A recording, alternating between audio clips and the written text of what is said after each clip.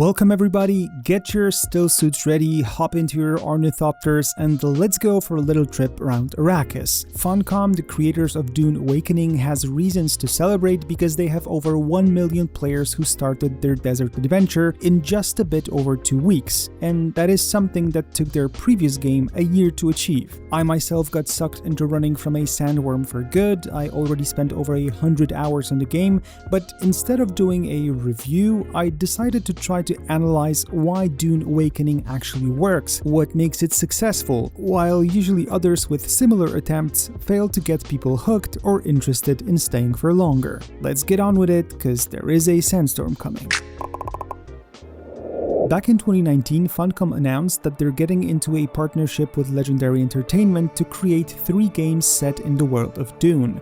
So they published Dune Spice Wars, a well-received 4X strategy, and in August 2022 we got an announcement of Dune Awakening, a multiplayer open-world game that is set in an alternate universe with no Paul Atreides in the mix. Using the world but not the original storyline obviously gave the creators a lot of freedom to shape the game into something less restrictive.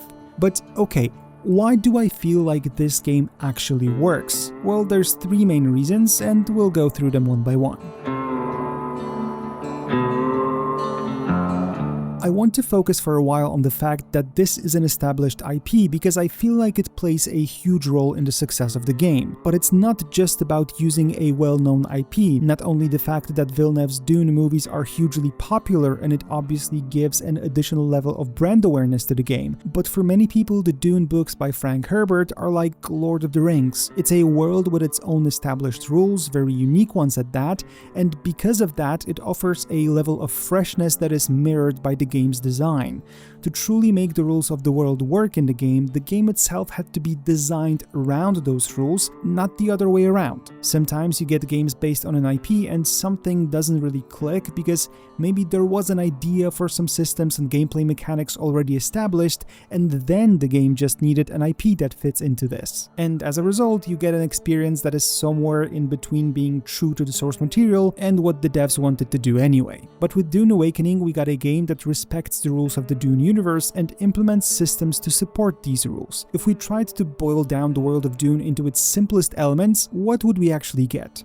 Arrakis, the desert planet, the spice and Fremens as the main reasons to be there, harsh conditions that mean a necessity for survival, water scarcity and iconic stillsuits as a way of retaining that water, Harkonnens and Atreides to provide classic power struggle and factions. Obviously there's also the higher level of the Lance Rod, and there are these things called the suspensor belts that are simply there in the fictional world, but within this game they are actually one of the coolest elements of enhancing traversal. Also, ornithopters that are so well made in terms of how you handle these vehicles that it's just a pure pleasure to fly these things around the map. From the moment you start to explore the world on your own, you feel that when the developers sat down knowing that they will be making a Dune game, they analyzed what unique elements the world has to offer and then how to translate those into the game. And they did that really well. I can't highlight the importance of this reason enough because I'm amazed how well Funcom made the rules of Dune work with their game.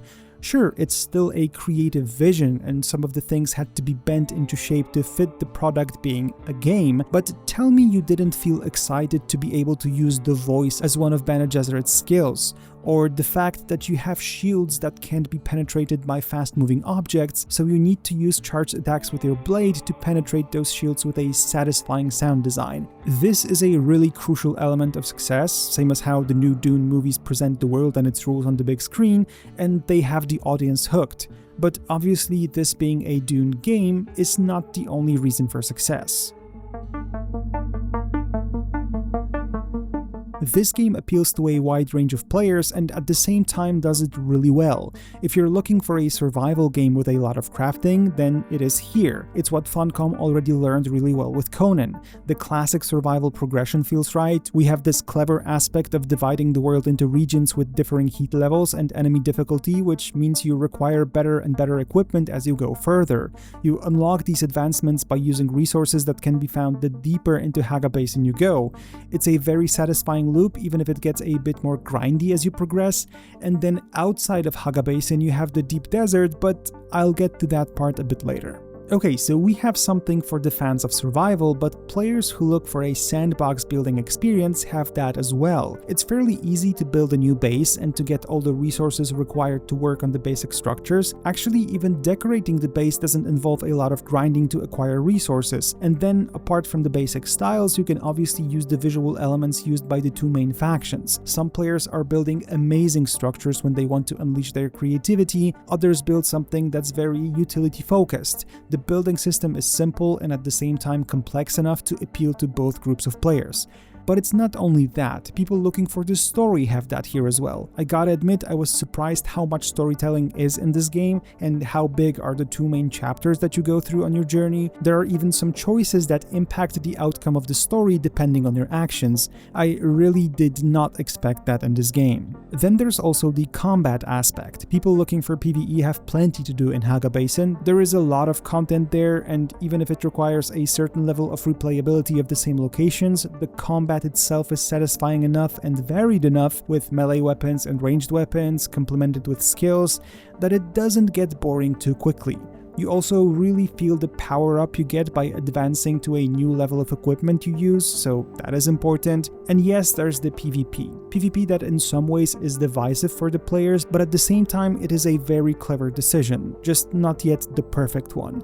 Currently, if you want to get to the best tier of equipment, vehicles and buildings in the game, you have to get into the deep desert that started off as a fully PvP area. However, the way it's designed, it isn't really fit for solo players, and it really strengthens the feeling that you should band up with other people to be able to benefit from what deep desert gives you. This is a huge change to what the game offers up until this point, and that's why some people, when they finally get to this point, felt like some content is blocked for them if they don't want to make use of that social aspect of the game, well, the murdery social aspect. It suddenly feels like you're dropped into a different set of rules to be able to do the same thing that you did before, just on a higher level. PvP looks exciting, but it still requires a bit of tweaking from the team to make it work with the tools that the players are given. For example, currently the big topic was the lack of difference between what kind of firepower Scout and Assault Ornithopters offer, and that it makes no sense in the deep desert to use the Assault one. But that's being worked on, first changes were already introduced. To be honest, I'm not the PvP type of player, so the bigger things that are changing post-launch with the game right now, they are directed at me. And what are these changes? Well, Funcom is trying to fine-tune the deep desert to something working for a bigger variety of players. Currently, certain areas of the deep desert have been converted into PvP, but it's not that simple as just slapping the PvE rules of engagement on an area. Changing the rules of that location means that it also influences what PvP players do in that game and how they play the PvP. So by opening parts of the endgame to players who don't want to engage in combat with other players and giving them a safe space in the deep desert, it changed how that PvP element is played as well. I think there's still a long road to get it perfectly right, but the discussions that are happening with the community and the attempts to address the needs of the players, it gives hope. In a message from the creative director of the game, it was said that PvP should always be a conscious choice and not be forced on the player. Well, unless the game was made to enforce player-on-player combat from the first moment you entered Arrakis. It was not though, so it would be too frustrating to go in that direction. If you take all of these elements into consideration, building, resource gathering, PvP and PvE combat, enjoying the story, the game really gives you a big freedom of choice as to what you want Dune Awakening to be. Initially, for some reason, I thought Dune was marketed as an MMO or a mix of survival with an MMO, but looking at the Steam page, it says Open World Survival and Crafting Game. It's hard to simply say that Dune is this game but set in the Dune universe, or Awakening is similar to XYZ. For me, it transcends the constraints of a single genre and marries survival with MMO and actually with an action RPG as well. Not only because of the dialogues and the choices that you make, but because you also have an extensive skill tree that makes it possible to create proper builds with your character depending on your needs. One more thing related to the survival part of the game and its unique spin of it is the game's idea for keeping the fun fresh for longer. Dividing the game into a, let's call it, static Haga Basin and the always changeable deep desert appeals to a varied group of people. People looking for stability and building beautiful bases that will stay there for long have Haga Basin that is only shaped by what players build in this region. The rest of the map stays the same, there's no wipes happening here, you don't lose your progression.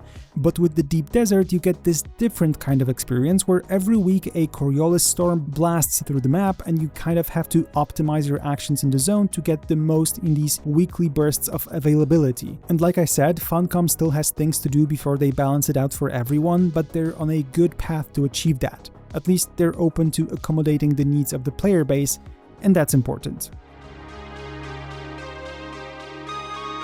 This is a big one because Dune decided to release in its 1.0 version and decided for a very reasonable monetization. No early access for the game, no development with a limited number of systems just to have it out already. They actually went all in with a complete experience that already gives players hundreds and hundreds of hours worth of playtime.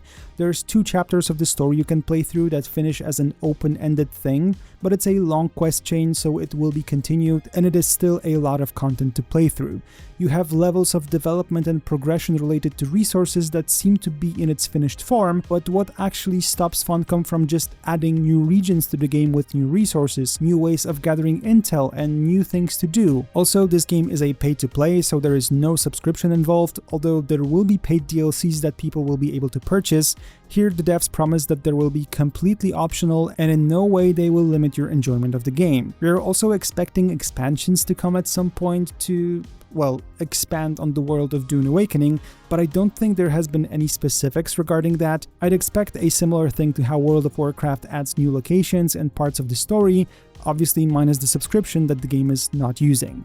So to sum things up, I think these are the 3 biggest reasons as to why Dune Awakening works for so many players. It's a unique world that is currently popular thanks to the movies, and the game stays true to the original vision for this world. It is different from the movies, but at the same time it is true to Frank Herbert's Dune. It also offers various things to do to completely different types of players, it marries different genres in a seamless way, and on top of that, it actually gives this feeling of playing a complete game, even though it'll still be developed heavily, especially considering the current success of Awakening.